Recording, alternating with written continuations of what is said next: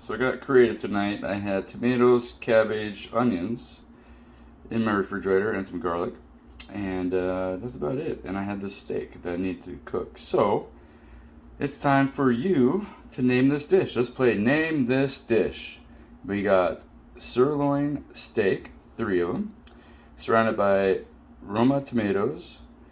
And I always have jalapenos, so I had that as well. So a couple jalapenos I diced. And then we have some onion in there. Name this dish in the comments. And then subscribe down below, please. Thank you.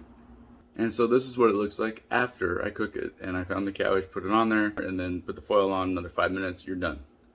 It's a great looking and tasting product. Okay, so this is what it came out looking like. I'm going to name it. Please put your suggestions in the comments section of the page.